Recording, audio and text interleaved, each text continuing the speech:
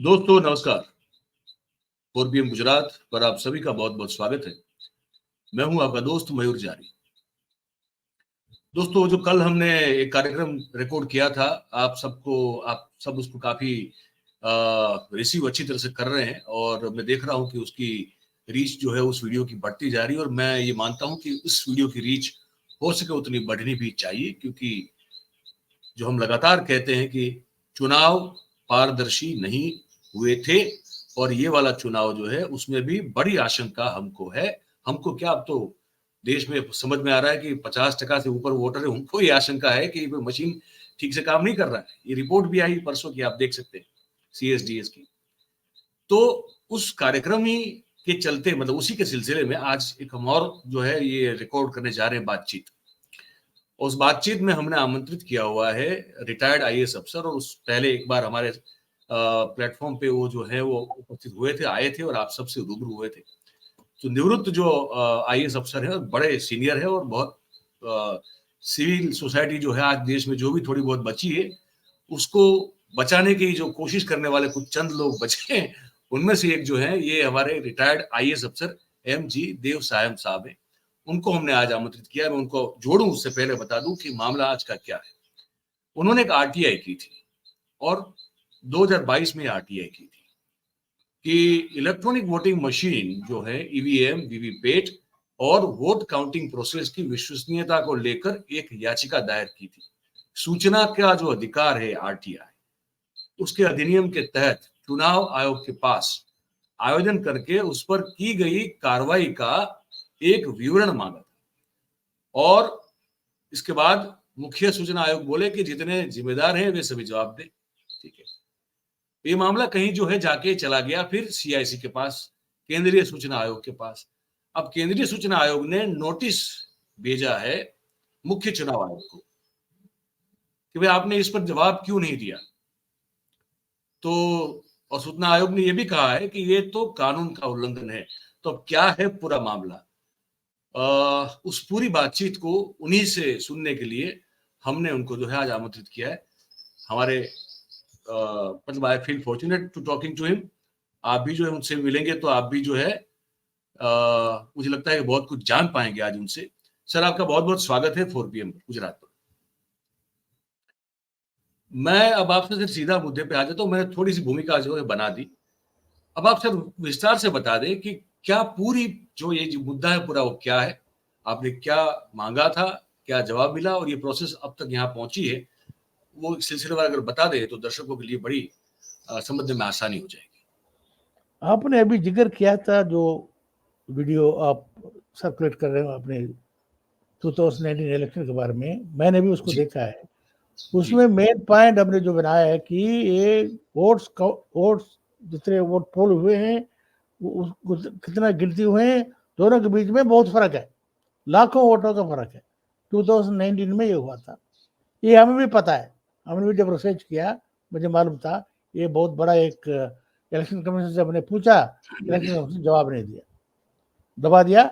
और ये election commission वो वेबसाइट को निकाल दिया, उसको निकाल दिया और उससे खराब काम किया है। 4 महीने के अंदर जो है वो जो पेपर स्लिप को जला दिया। पेपर स्लिप को सालों रखना चाहिए था, जला दिया। तो कोई प्रूफ नहीं है, ना जवाब।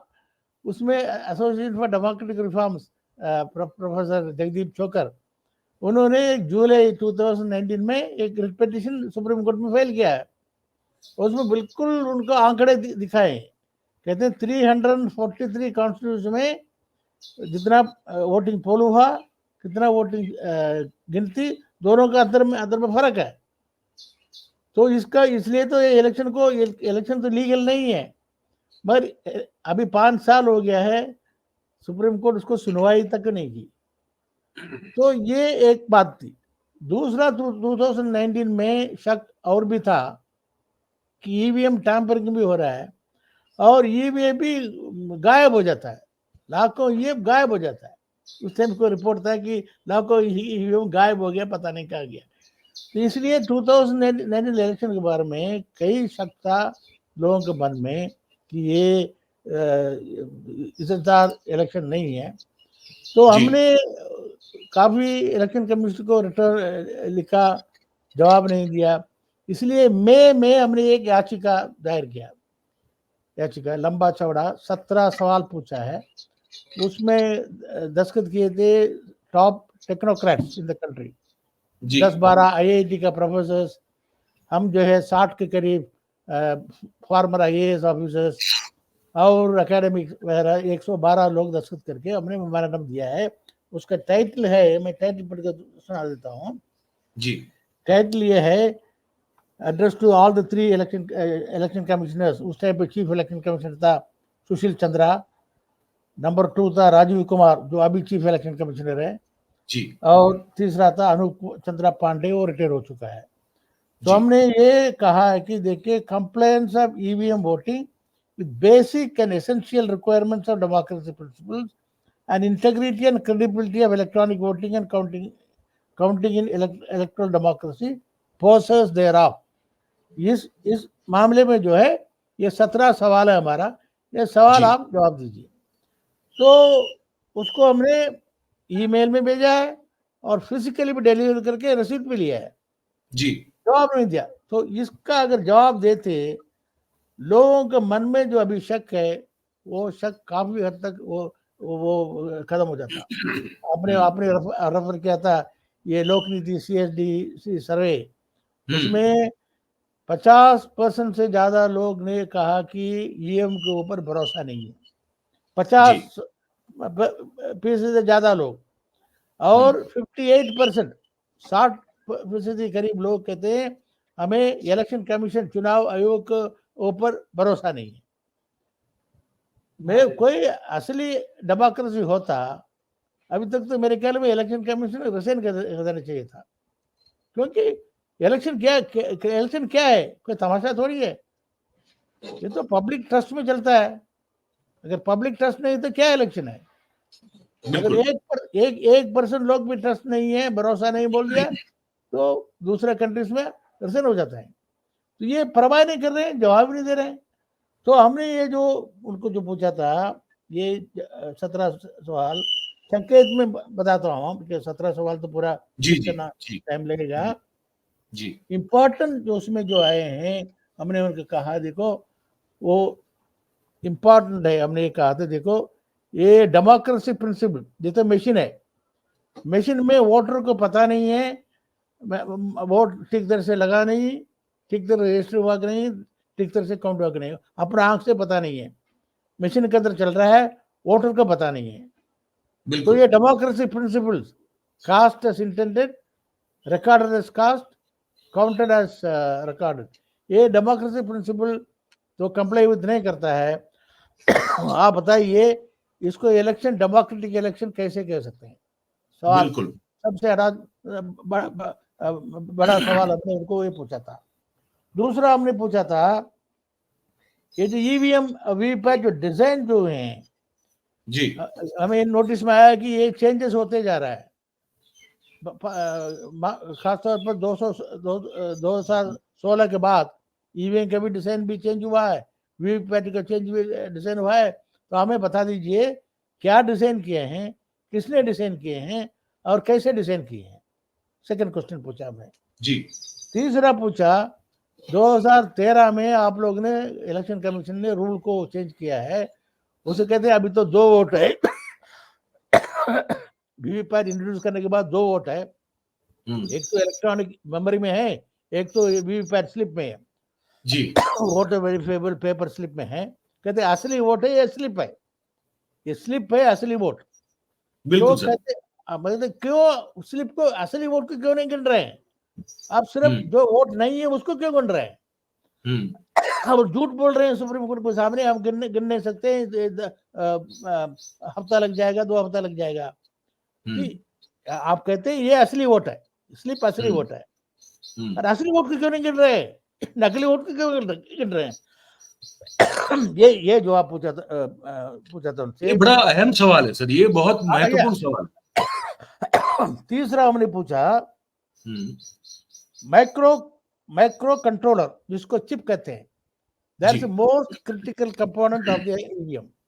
उसमें उसको अंदर ही जो है सॉफ्टवेयर बर्न होता है, मेरे को कई रूमर चलता है कि तो जापान में बनता है, अमेरिका में बनता है, अदानी बनाता है, ये बनाता है। बोले हमें बताइए कौन बनाता है, ये माइक्रो कंट्रोलर जो है कौन बनाता है, और कौन इसको ईवीएम में फिट कर रहे हैं, ये बताइए। चौथा सवाल। पांचवें सवाल, ये बहुत महत्वपूर्ण सवाल है। ये जो वीवीपैट इंट्रोड्यूस होने के बाद ये सिंपल लोडिंग यूनिट, ये जो कैंडिडेट का परसों हुआ है, फर्स्ट स्टेज वालों को परसों हुआ जो सिंबल को लोड करता है, एसएलयू कहते हैं, सिंबल यूनिट, सिंबल और नेम लोडिंग, नेम लोड उम्मीदवार का कैंडिडेट का नाम सब वो है। अभी फर्स्ट स्टेज में जो इलेक्शन इस फ्राइडे में जो हो रहा है ना, उसको जो परसों हुआ है सिंबल लोडिंग हुआ है, परसों ये चल रहा है, सिंबल लोडिंग चल रहा है। तो इस सिंपल लोडिंग में बाकी सबका मैनुअल है, बड़े बड़े मोटे मोटे मैनुअल है। कंट्रोल यूनिट का मैनुअल है, बैलेटिंग यूनिट का मैनुअल है, वीवीपैट का मैनुअल है, इसका कोई मैनुअल नहीं है, ऑपरेशन मैनुअल नहीं है। और सबसे क्रिटिकल डिवाइस तो ये है, ये क्या कहते हैं इंजीनियर्स, अपने आप को इंजीनियर्स कहते हैं। ये जाके हर असेंबली कॉन्फ्रेंस में 2 लोग जाते हैं इंजीनियर्स, असेंबली कॉन्फ्रेंस में लोडिंग होता है, और ये पता नहीं कहाँ से आते हैं। कोई कहते हैं हमें इलेक्शन कमीशन से आया, कब कहते कौन हैं लोग, ये इंजीनियर, अपने इंजीनियर्स कहते हैं, वो बैड लगे हुए हैं। हाँ, पर किस मतलब वो समझ में नहीं आता सर कि वो कौन सी डिपार्टमेंट से आ रही है। वो कहते हैं BEL ECIL का, ये दोनों कंपनी जो है ना, ये जो ईवीएम जो बनाते हैं ना, इलेक्ट्रॉनिक कॉर्पोरेशन ऑफ इंडिया और BEL बैंगलोर, ECIL हैदराबाद, कहते हैं उनके नुमाइंदे हैं, उनके इंजीनियर्स हैं। पर असली में पता है ये कहाँ से आया, वो बाट रखे हुए हैं हाथ में, वो self loading SLU simple loading unit रखते हुए, ये तो अपना लैपटॉप का जो माउस है ना, माउस से थोड़ा बड़ा है, माउस से थोड़ा बड़ा है।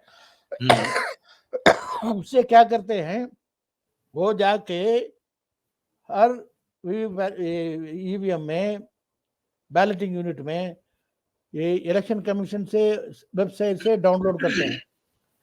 ये जो कैंडिडेट का नाम और सिंबल फाइनलाइज करने वाला तो इलेक्शन कमीशन है, रिटर्निंग ऑफिसर फाइनलाइज करके वो भेज देता है इलेक्शन कमीशन को, इलेक्शन कमीशन का वेबसाइट में अपलोड हो जाता है। और ये आकर के ये डिवाइस को हाथ में रखे, एसएलयू को रखे, उसको डाउनलोड करके ये बैलेटिंग यूनिट में चढ़ा देते हैं। उसके बाद जो है ऊपर नाम, वो जो पर्चा है ना, जिसका नाम वो नजर आता है जब आप वोटर जाता है, नाम और सिंबल, उसको छिपा देते हैं। उसके बाद भी वोटर को मालूम होगा फलाना नंबर में फलाना सिंबल में फलाना आदमी है, फलाना सिंबल में फलाना आदमी है। ये सिंपल लोडिंग यूनिट जो है बहुत क्रिटिकल इक्विपमेंट है, मगर इसका ऑपरेशन मैनुअल नहीं है, किसी को नहीं पता, रिटर्निंग ऑफिसर को नहीं पता, कैंडिडेट को पता, किसी को नहीं पता। सिर्फ वो इंजीनियर के पास वो पर्चा है, वो कुछ कागज है, वो कहते हैं ये है, वो किसी को नहीं दिखाते हैं। तो उसी सबसे ज्यादा शक जो है उसी के ऊपर है, उसका ऑपरेशन मैनुअल नहीं है। हमने ये पूछा भाई ये ऑपरेशन मैनुअल क्यों नहीं दे रहे आप, सिंपल लोड यूनिट का ऑपरेशन मैनुअल क्यों आपने पब्लिक नहीं किया। ये पंचवा क्वेश्चन था। छठवा क्वेश्चन था, तो कहते हैं ये वो हमें इंफॉर्मेशन मिला था कि ये ईवीएम जो बनाते थे उनका जो पेटेंट एक्सपायर हो गया, दोनों पब्लिक सेक्टर का एक्सपायर हो गया। कहते हैं अभी कहाँ से ले आते हो ये, कहते हो ECIL से आता है, कहीं से BEL से आता है, ये दोनों तो गवर्नमेंट के कंट्रोल में है, इलेक्शन कमीशन के कंट्रोल में नहीं है। पर हमने ये पूछा, ये कंट्रोल तो कम से कम पब्लिक सेक्टर में थे, ये प्राइवेट सेक्टर तो नहीं आ रहा है, और कोई बना रहा है और आपको BEL के थ्रू दे रहे हैं आपको। कौन बना रहा है, कहाँ से आ रहा है, हमें बताइए, वो नहीं है। और फाइनली हमने कहा देखो ये आपने आधार को वोटर कार्ड से लिंक करवा दिया, आधार ये खतरनाक चीज है, वो कोई भरोसा वाला नहीं है। अब आप जो है मर्जी से वोटर लिस्ट को मैनिपुलेट कर सकते हैं। तो हमने कहा देखो भाई, पहले तो हमारा जमाने में बैलेट पेपर से इलेक्शन होता था, सब कंट्रोल हमारा हाथ में था। मैं रिटर्निंग ऑफिसर रह चुका हूँ कई इलेक्शन में, इलेक्शन कमीशन के हाथ में था। Election commission, chief election officer, district election officer, returning officer के हाथ में था। हम अपना आंखों से देखते हैं सारे ये ballot paper, ballot box, ballot paper, सारी चीजें। अभी जो है ये सारे चीज कंट्रोल जो है दो पब्लिक सेक्टर कंपनी में चला गया, ECIL और BEL। सो EVM का, वीवीपैट का कंट्रोल तो इलेक्शन कमीशन में नहीं है, नो कंट्रोल। मैं जैसे मैं कह रहा था उस दिन किसी को कि भाई देखो हमारा जमाना में तो हम इलेक्शन कंडक्ट कर रहे थे, अभी तो ECIL BEL का इंजीनियर इलेक्शन कंडक्ट कर रहे हैं, इलेक्शन कमीशन नहीं कर रहा है। इलेक्शन कमीशन वैसे बैठे हुए जैसे ऐसे, दे हैव नो कंट्रोल। दूसरा इंपॉर्टेंट इलेक्शन का होता है कि वोटर लिस्ट, इलेक्टोरल रोल। अभी उसका कंट्रोल भी आप वो आधार वालों को दे देते हैं, जुड़ाई वालों को। तो आपको इलेक्शन कमीशन को अभी EVM को ऊपर भी कंट्रोल नहीं है, वोटर लिस्ट को ऊपर भी कंट्रोल नहीं है। क्या इलेक्शन चला रहे हैं आप? ये कॉन्स्टिट्यूशन का उल्लंघन है, आर्टिकल 324 का उल्लंघन है। तो ये इंपॉर्टेंट सवाल तो ये साथ था, और भी सवाल थे, और इसको जवाब देते अभी तक ये मामला जो है सुलझ जाता। ओके, डिस्कशन होता, सॉर्ट आउट होते, लोगों के मन में हम तो ये लिखे थे जो लोगों के मन में जो शक था, हमारा सिर्फ शक नहीं था, 50% लोगों के मन में जो शक था, वो शक का हमने उनको लिखा भी इसका जवाब दो। वो बिल्कुल जवाब नहीं दिया। ये तो गया मई 2022 में। तो हम कई महीने वेट करके नवंबर में मैंने RTA एप्लीकेशन दिए। तो मैंने RTA एप्लीकेशन दिए, मैं जान के ताकि आम आदमी वो एप्लीकेशन देते वो इग्नोर कर लेते हैं। नॉर्मली मैं IAS रिटेन यूज नहीं करता हूँ, रिटेन की बात, क्योंकि मैं तो I am an ordinary citizen, IAS लिखने की कोई जरूरत नहीं है। मगर इसमें लिखा है मैंने कम से कम वो तो ये जवाब देंगे। वो तीनों लेटर को देके बिल्कुल इग्नोर कर दिया, बिल्कुल इग्नोर कर दिया, जवाब नहीं दिया। RTA एप्लीकेशन जवाब नहीं है। जैसे मैंने मेमोरेंडम को कहा था 60 से ज्यादा IAS ऑफिसर दस्तखत किए थे, जवाब नहीं है। तो फिर मैंने फर्स्ट अपील फाइल किया, जवाब नहीं है। फिर मैंने सेकंड अपील मार्च पिछले साल 2023 में चीफ इंफॉर्मेशन कमीशन को अपील फाइल किया। वो मामला आया कि 19 मार्च में आया। मैं तो अभी बेंगलुरु में रहता हूँ, इसलिए मैं दिल्ली नहीं गया। मेरा रिप्रेजेंटेटिव बहुत मशहूर यंग लेडी है, अपना अमृता जौहरी, वेरी एक्टिव RTA एक्टिविस्ट है। शी रिप्रेजेंटेड मी। वो जाकर रिप्रेजेंट करके मेरे से आर्गुमेंट किया। इलेक्शन कमीशन साहब से आया था अंडर सेक्रेटरी CPI, वो झूठ बोल रहे थे साफ। पहले बोल रहे थे हमें मिला नहीं है, फिर अमृता ने कहा देखो एविडेंस देखो, ईमेल में भेजा है, फिजिकली हैंड ओवर किया है, रिसिप्ट है हमारे पास। फिर कहते नहीं हम पढ़ नहीं पा रहे, मैं अंग्रेजी में टाइप करके दिया है, पढ़ नहीं पा रहे। तो चीफ इंफॉर्मेशन कमिश्नर के नाराज हो गया, बड़ा सीवियर स्ट्रिक्चर पास किया, सीवियर डिस्प्लेजर, इलीगल, और ऑर्डर दिया है कि 1 महीने के अंदर ये इंफॉर्मेशन दे दो।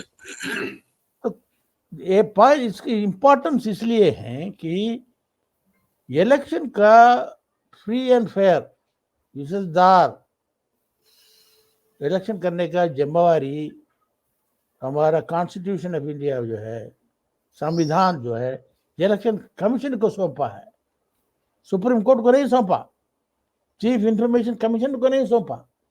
बट मेरे कहने का मतलब है इलेक्शन कमीशन अपना ड्यूटी नहीं कर रहे हैं। वो बैठ करके अपना हुक्म निकाल रहे हैं, इधर हुक्म निकाल रहे हैं, उधर हुक्म, जैसे कोई साम्राज्य चला रहे हैं, अकबर का, बाबर का, या शहंशाह का। ये कोई शहंशाह नहीं है। इलेक्शन कमीशन पब्लिक इंस्टीट्यूशन है, पब्लिक के लिए इलेक्शन होनी चाहिए। वो ये इलेक्शन कमीशन सोचते हैं कि उनका ड्यूटी है एक पॉलिटिकल पार्टी को पावर में लाना, बस इलेक्शन का मतलब, इलेक्शन मतलब वो नहीं है। इलेक्शन का मतलब पब्लिक है, पब्लिक इज दी सॉवरेन। वो अपना सॉवरेनिटी को 5 साल देना चाहते हैं, उनके लिए इलेक्शन फ्री एंड फेयर होना चाहिए। इलेक्शन कमीशन का responsibility free and fair election करना। उसके बाद लोग किसको चुने उनका उनका उनका मर्जी है, किसको भी चुन ले, किसी की पार्टी को भी चुन ले, उनका मर्जी है। But election free and fair होनी चाहिए, उसकी जिम्मेदारी इलेक्शन सिर्फ इलेक्शन कमीशन का है। नीचे नीचे से लोग जो ऑफिसर्स हैं, जब इलेक्शन कमीशन के तरफ से काम कर रहे हैं, चीफ इलेक्टोरल ऑफिसर स्टेट में और डिस्ट्रिक्ट लेवल में हर डिस्ट्रिक्ट 700 से ज़्यादा डिस्ट्रिक्ट है, मगर 543 कॉन्स्टिट्यूंसी है। डिस्ट्रिक्ट कलेक्टर वो खुद ही रिटर्निंग ऑफिसर होता है। ये सारे जमावारी लोग हैं, मोस्टली यंग फेलो से हेराफेरी नहीं करते, except some maybe a few, बाकी हेराफेरी नहीं करेंगे। पर उनको गाइडेंस चाहिए, डायरेक्शन चाहिए, वो सारे इलेक्शन कमीशन से आता है। इलेक्शन कमीशन का स्टेटस सुप्रीम कोर्ट के बराबर है, सुप्रीम कोर्ट के बराबर है। और इलेक्शन कमीशन ये रियलाइज नहीं करते, कहते सारे पब्लिक से छुपा के हम हुक्म कर लेंगे। और अभी देखो 50% से लोग जो है ईवीएम के ऊपर भरोसा नहीं है। मगर 16 तारीख को जब इलेक्शन अनाउंस किया था चीफ इलेक्शन कमिश्नर, तो क्या नाम है, राजीव कुमार, वो लव सॉन्ग ईवीएम का लव सॉन्ग सिंग कर रहे हैं, सिंगिंग लव सॉन्ग, शेयर कर रहे हैं। How can you do that? How can Chief Election Commission do that? And 50% public जो है इलेक्शन ईवीएम को भरोसा नहीं है, और ये गाना सुना रहे हैं, पब्लिक प्रेस कॉन्फ्रेंस में सुना रहे हैं। और ये जो भी कह रहे हैं, एक तमाशा हो रहा है ना, जो हार जाता है वो कंप्लेन करता है कि मैंने कभी इलेक्शन नहीं लड़ा, मैं कभी नहीं हारा, मेरा शक कैसे आया, I am a voter. Like 50% लोग, मतलब 40 करोड़ से ज्यादा लोग इलेक्शन के ऊपर, ईवीएम के ऊपर शक है, वो इलेक्शन नहीं लड़ रहा है। सिर्फ इलेक्शन लड़ने वाले के लिए, पॉलिटिकल पार्टीज के लिए इलेक्शन है क्या? ये क्यों भूल जाते हैं सर कि ये क्यों ये भूल जाते हैं सब लोग, मतदाता भी भूल जाते हैं कि चुनाव में अगर सबसे बड़ा कोई स्टेक होल्डर है, जिसका स्टेक दाव पे लगा है, तो वो तो मतदाता है, देश का नागरिक है। नागरिक के लिए तो इलेक्शन है। मैंने तो थोड़ा मैं साफ कर लेता हूँ, ये एक जनतंत्र में सॉवरेनिटी कहते हैं, सॉवरेनिटी क्या कहते हैं हिंदी में, सॉवरेनिटी क्या कहते हैं, दिमाग से निकल गया। सॉवरेन, जिसके हाथ में जो एक्चुअल पावर है, सार्वभौमत्व को कहते हैं, शायद सार्वभौमत्व कहते हैं। इलेक्शन कॉन्स्टिट्यूशन का आप पढ़ लीजिए, पहले लाइन में क्या कहते हैं, we the people who gave ourselves the constitution. और किसने जाके कॉन्स्टिट्यूशन नहीं दिया, हमें दिए हैं। तो सिटीजन इज अ सॉवरेन। ये सॉवरेनिटी को हम 5 साल अपना रिप्रेजेंटेटिव को देते हैं, एमएलए को तो कम देते हैं, एमपीज को देते हैं। एमपीज जा करके अपना गवर्नमेंट बनाओ, मेरा सॉवरेनिटी को तुम एक्सरसाइज करो, कानून बनाओ, कानून बनाकर तो हम पावर देते हैं। खाली एमपी को कोई पावर नहीं है, प्राइम मिनिस्टर को कोई पावर नहीं है, हम पावर देते हैं। वो उसको लेकर के वो आते हैं। तो इसलिए वो इलेक्शन प्रोसेस जो है, number 1 stakeholder is the voter, number 2 stakeholder is the political party and the candidate, number 3 stakeholder election commission, वो अंपायर है, रेफरी है, और उनका जो एजेंसी है। ये तो बिल्कुल उल्टा कहते हैं, ये पॉलिटिकल पार्टी को पावर में लाया, वो कहते हैं, कंप्लेन करते हैं हम जीता नहीं है, इसलिए वो ब्लेम करते हैं ईवीएम का गाना गा रहे हैं। ये क्या इलेक्शन कमीशन है? तो ये मेरा इश्यू मीडिया से आने का वजह इसलिए है कि इलेक्शन कमीशन अपना ड्यूटी को नहीं कर रहे हैं। फ्री एंड फेयर इलेक्शन ये ओपन नहीं है, ट्रांसपेरेंट नहीं है, सब छुपा कर रखा हुआ है। मेरा पर्सनल एक्सपीरियंस है, 2018 दिसंबर से लेके अभी तक इलेक्शन कमीशन तो सील कर दिया है, सील कर दिया, सिविल सोसाइटी के लिए सील कर दिया, हमारे जैसे सीनियर सिविल सर्वेंट्स के लिए सील कर दिया। कोई चिट्ठी का जवाब नहीं है, कोई रिस्पांस नहीं है, कोई मीटिंग नहीं, कोई डिस्कशन नहीं है। देन पॉलिटिकल पार्टीज को भी सील कर दिया। अपने जयराम रमेश का स्टेटमेंट 2-3 बार उन्होंने अपॉइंटमेंट मांगा, नहीं। मतलब कोई भी सिस्टम हो, ये भी the perfect system in the world हो, ओवर द ईयर्स तो कुछ तो खराबी तो होता ही है। अगर डिस्कस करके एक्सपर्ट से बात करके वो इम्प्रूव करना चाहिए ना। और 5 साल से और आप दरवाजे को बिल्कुल सील कर दिया, क्या इम्प्रूव होंगे? आप जैसे कह रहे थे पिछले साल में जो हुआ है, इससे ज्यादा होगा। ऑलरेडी स्टार्ट हो गया है, शक लोगों के मन में स्टार्ट हो गया है। ईवीएम कैसे, ईवीएम में 2 किस्म का ईवीएम है, ईवीएम मिसिंग होना शुरू हो गया है, ईवीएम ट्रांसपोर्टेशन में और पेपर बैलेट का डिमांड आना शुरू हो गया है। That's the reason. Sir VVPAT, लाखों की संख्या में वीवीपैट खराब हो जाते हैं, फिर उसका क्या होता है, फिर कैसे ठीक होता है, ये भी किसी को नहीं पता। किसी को नहीं पता, किसी को नहीं पता। कहते हैं ये मशीन के बगैर हम जिंदा नहीं रह सकते हैं। अरे पूरा दुनिया में सारे डेमोक्रेसी में तो असली डेमोक्रेसी है वो पेपर बैलेट में चला गया। पेपर बैलेट को तो कहते हैं गोल्ड स्टैंडर्ड कहते हैं। तो कुछ प्रॉब्लम तो होगा। अगर हेराफेरी करना है पेपर बैलेट में 10 कर सकते हैं, 100 कर सकते हैं, उसके पहले तो पकड़ में आ जाते हैं। ईवीएम में तो लाखों में कर लो, आपको मालूम ही नहीं होगा। ये है ना, पिछले चुनाव में जो आंकड़ा संभाल के रखा था तो अच्छा हुआ कि बता पाए कि 80 लाख तकरीबन 80 लाख वोट ऐसे गिरे, ऐसे डाले गए, इसे या तो ऐसे गिनती हुई जिसका एक्चुअली कोई हिसाब किताब नहीं है। तो सुना है कि ये एक तो हमारे एक डिमांड था, फॉर्म 17A और 17C दोनों मैचिंग करने के बाद ही आप गिनना चाहिए, उसके बाद ही जो है आपका रिजल्ट डिक्लेयर करना चाहिए। वो बिल्कुल ही करते नहीं है। नहीं, 17A है कि जो आप पहले जाते हैं वोटर बूथ के अंदर जाते हैं। 17A जो है वोटर लिस्ट है। वोटर लिस्ट आमतौर पर आप देखते हैं, वो आपको चेक करता है। आपने देखा होगा एक पोलिंग ऑफिसर टिक करता है, करने के बाद तो उंगली में वो लगाता है, इंक लगाता है। नेक्स्ट में जाते हैं वो एक आपसे दस्तखत करवाता है, ठीक है ना, रजिस्टर। वो 17C है। तो प्रोसेस खत्म होने के बाद ये दोनों मैच होना चाहिए। अगर एक कॉन्स्टिट्यूंसी में एक बूथ में 1000 वोट है, फर्ज करो 700 लोग वोट किए हैं, 700 लोग, ये 17A में भी 700 टिक होना चाहिए, 17C में भी 700 होना चाहिए। बट मैच ही नहीं हुआ, कहीं मैच नहीं हुआ, कई जगह पर मैच नहीं हुआ। कहीं पे वो 800 लिखा हुआ है, कहीं 700 लिखा हुआ है, कोई 1000 लिखा हुआ है, ये 600 लिखा हुआ है। वो मैचिंग करने के बगैर अगर काउंटिंग भी नहीं कर सकता है, और ये काउंटिंग करके डिक्लेयर कर, ये इसमें बड़ा इंपॉर्टेंट पॉइंट मैंने आपको कहना चाहता हूँ। इलेक्शन में कई ऑपरेशन है, ओके। शुरू से आपका कैंपेन करते हैं, सारे जो है इलेक्शन के दिन में जो है आप जाते हैं, बटन दबाते हैं, और ये उसके बाद जो है उसको ट्रांसपोर्ट होते हैं, उसके बाद जाकर के वो स्ट्रांग रूम में डिपॉजिट होता है, उसके बाद काउंटिंग और रिजल्ट डिक्लेयर होते हैं।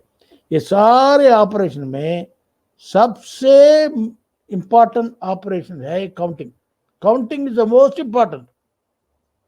ये लोग अभी इस टाइम का शेड्यूल देखो, 7 शेड्यूल में किए हैं, पूरा देखिए 45 डेज लगेगा first day of voting.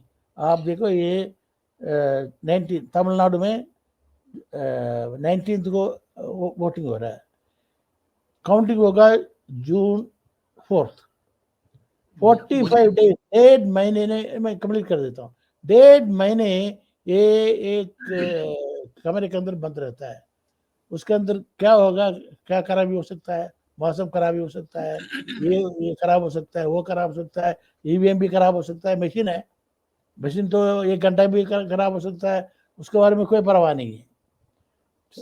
45 days अंदर पड़ा रहता है, मगर काउंटिंग में जब आता है 8 बजे कहते 10 बजे तक रिजल्ट डिक्लेयर कर लेना। ये क्या तमाशा है? वही हेराफेरी होता है, काउंटिंग में हेराफेरी होता है। 17A 17C मिलते नहीं है और पेपर स्लिप को काउंटिंग नहीं करते, पूरा फ्रॉडुलेंट इलेक्शन है।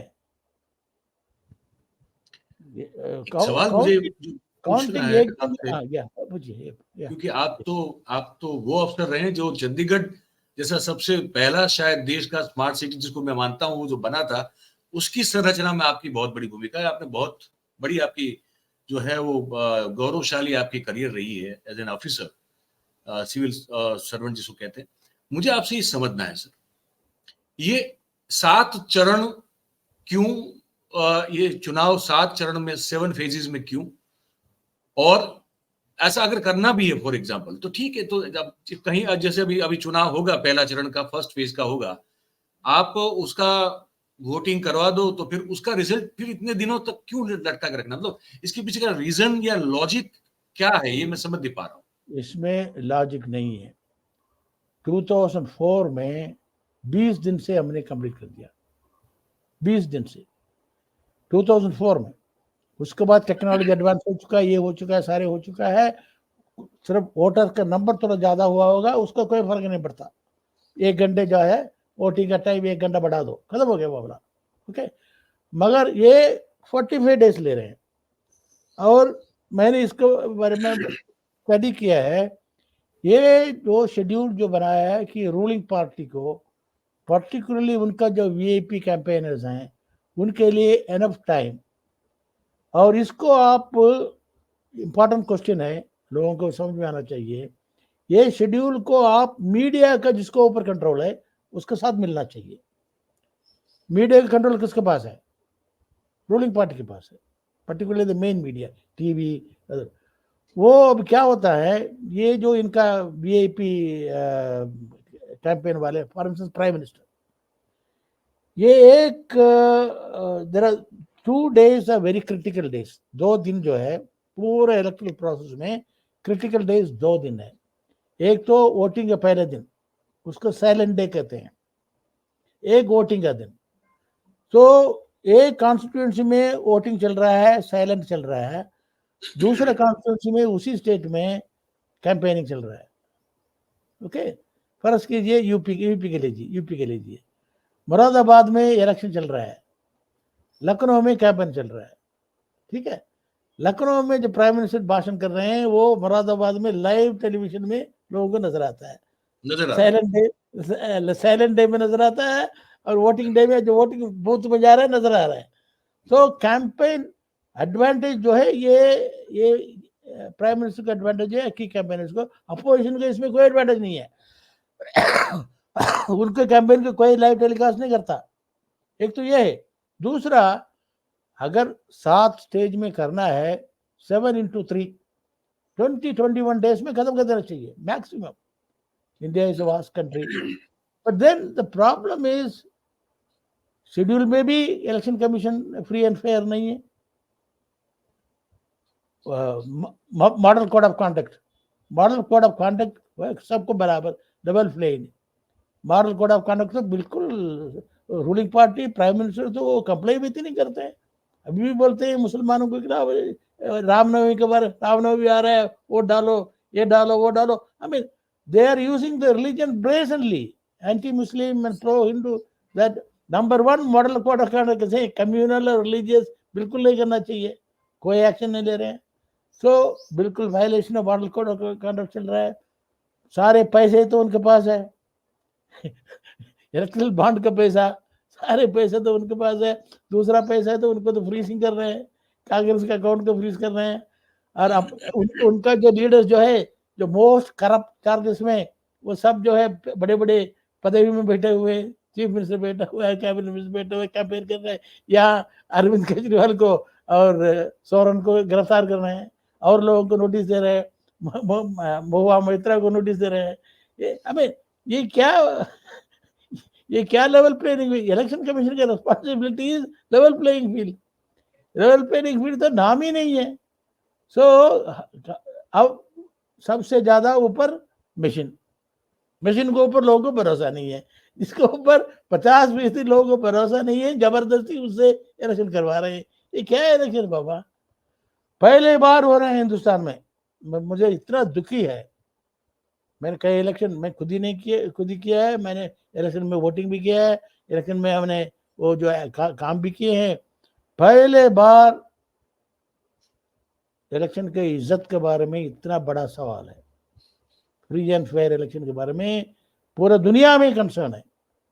जर्मनी से मैसेज आया है, यूएसए से अमेरिका, यूनाइटेड नेशन से मैसेज आया है, और इंडिया के अंदर भी लोग मॉनिटरिंग कर रहे हैं। तो ये I am really worried. Even now it is not too late. Election commission must pull its string, double play provide करना चाहिए। और ये केस आ रहा है 16 तारीख को, कम से कम सुप्रीम कोर्ट में बोलना चाहिए ठीक है, how we agree with this arrangement, 100% count करेंगे, वोटर के हाथ में देंगे। मैंने टेक्निकल ओपिनियन ले लिया है, अभी मॉर्निंग आया है, कहते हैं कोई चेंज करने की जरूरत नहीं है। Top technical opinion from IIT professors, ये इसको स्टडी किया है, सालों स्टडी किया है, कहते हैं कोई चेंज करने की जरूरत नहीं है, ऐसे के रखो। जो स्लिप है, जहां गिर रहा है उसको वैसे गायब मत करो। हाँ, उसको वोटर के हाथ में दो, वोटर बैलेट बॉक्स में डाल दिया, उसको कोई चेंज करने की जरूरत नहीं है। आप ऐसे कॉपी भी नहीं कर सकता है। ये ओपिनियन भी आ गया है। मैं अभी भी गुजारिश करता हूँ, इट्स नॉट टू लेट। अभी भी इलेक्शन कमीशन को, ये सारे मेरे जूनियर कोलीग्स हैं, अभी भी मैं रिक्वेस्ट करता हूँ, for heaven sec establish your credibility. अपना क्रेडिबिलिटी को एस्टैब्लिश करो। कल जो है बेइज्जती हो जाएंगे, ये पूरा हिंदुस्तान बेइज्जती हो जाएगा, आपका नहीं है। तो सुप्रीम कोर्ट का सुनवाई आ रहा है 16 तारीख को। सुप्रीम कोर्ट में कह दो कोई बात नहीं, काउंटिंग कर दो, आप ऑर्डर कर लो, हम तैयार है, ये चेंजेस करने के लिए तैयार है, अभी भी कर सकते हैं। अब वोट लेकर के एक ऑर्डिनरी बॉक्स रेडीली अवेलेबल है, बिकॉज ये बॉक्स जो है ना, पंचायत इलेक्शन जो है, पंचायत इलेक्शन अभी भी बैलेट पेपर में होता है ना, तो ऐसे बैसेस तो अवेलेबल है, वो कर देंगे, उसको सील कर देंगे, काउंटिंग कर देंगे, और वो सुप्रीम कोर्ट ऑर्डर दे देंगे। Even now it is not too late. बिल्कुल बिल्कुल, ये उम्मीद रखते हैं सर, यही उम्मीद रखते हैं कि जैसे आप कह रहे हैं, हम भी ये अपेक्षा रखते हैं, देश के करोड़ों करोड़ों लोग इस बात की अपेक्षा और उम्मीद रख रहे हैं कि चुनाव जब हो तो वो फेयर एंड स्क्वायर हो, फ्री एंड फेयर हो, पारदर्शी हो, ट्रांसपेरेंट हो। क्योंकि चुनाव में सबसे बड़ा, जैसे आपने भी कहा, मैं भी मानता हूं और बाकी करोड़ों लोग मानते हैं कि सबसे बड़ा स्टेक होल्डर जो है वो तो उस देश का नागरिक होता है। वो जैसे आपने कहा सोवरेनिटी, और जिसका मैंने फिर गूगल करके देख भी लिया, जो मैंने कहा था वो सही था कि नहीं, वो वही है, प्रभुता और सार्वभौमत्व जो है उसको हिंदी में कहते हैं। तो वो देश के नागरिकों की है, तो वही जो है वो बची रहनी चाहिए, ये बहुत जरूरी है। उम्मीद करते हैं कि ये जो 16 तारीख को सुप्रीम कोर्ट में जो बात हो रही है, जिस पे सुनवाई होनी है, वो देश की जनता के हित में उसका फैसला है। और आपने भी जो जानकारी मांगी है, वो कम से कम वो चुनाव आयोग उस जानकारी को देने के लिए उसकी जिम्मेदारी है। वो मतलब इसको कंपेल किया गया है, तो कंपेल होना ही नहीं चाहिए, उनको दे देनी चाहिए। इसका भी लास्ट डेट 17 तारीख है। इसका भी लास्ट डेट 17 तारीख है। 17 तारीख। तो देखते हैं अभी इसमें क्या हो रहा है, ये उसका एक बार आपसे बात करेंगे, और एक फॉलोअप वाला भी एक एपिसोड बनाएंगे सर आपसे बात करके। आपने बहुत सही बातें बताई दर्शकों को। आपका बहुत बहुत धन्यवाद सर, वक्त निकाला आपने। Thank you very much sir, thank you very much. तो दोस्तों, ये साहब थे, है ना, रिटायर्ड आईएएस ऑफिसर साहब, हमारे बहुत ही बढ़िया, one of the finest civil servants में से एक थे, जो कि अब जब तक उन्होंने अपना काम किया तो सरकार में रह के बड़ी ईमानदारी से किया। आज वो सिविल सोसाइटी में एक बड़ी अहम भूमिका जो है वो निभा रहे हैं, और देश की जनता के लिए, देश के हित के लिए इस वक्त भी जो है वो लड़ रहे हैं। तो ये आप तक पहुंचाना था कि वो कौन से सवाल थे जिसका जवाब इलेक्शन कमीशन को देना ही नहीं है। और सवाल दूसरा ये भी है कि इलेक्शन कमीशन चला कौन रहा है, क्या उसका कोई सही में रोल है, कि जैसे उन्होंने कहा कि तो बीईएल और ईसीआईएल के इंजीनियर जो है वही इलेक्शन करवा रहे हैं। ये सोचिएगा जरूर, जागरूक होइए, हो सके उतना जागरूक होइए, और मैं कहता हूं कि अगर आप हो गए, अगर आपको लगता है कि आप सोच रहे हैं, सही सोच आप जो करना आपने शुरू कर दिया है, तो अपने आसपास के लोगों को भी अपनी बात पहुंचाइए और कमेंट करके हमको जरूर से बताइए आपने ये कार्यक्रम में, जो थोड़ा लंबा हुआ है लेकिन जरूरी था, तो आपने जो सुना देखा, आप क्या सोचते हो उसके बारे में हमको लिख के जरूर से बताइए। बात अगर आपको पसंद आई हो तो फिर इस वीडियो को लाइक करें, इसकी लिंक को मैं रिक्वेस्ट करूंगा कि इसको हो सके उतना आप फैलाएं, वायरल करें, स्प्रेड करें। ये बातचीत सुनना जितने भी देश के नागरिक हैं, जितने सुन पाए उनके लिए सुनना बहुत मुझे लगता है कि जरूरी है, तो वो जरूर करें। आप चैनल को सब्सक्राइब करें और अपने आसपास के लोगों से करवाएं, ये भी विनती है। बहुत बहुत धन्यवाद करेंगे आप सभी का इस कार्यक्रम में हमारे साथ जुड़ने के लिए। Thank you very much. नमस्कार।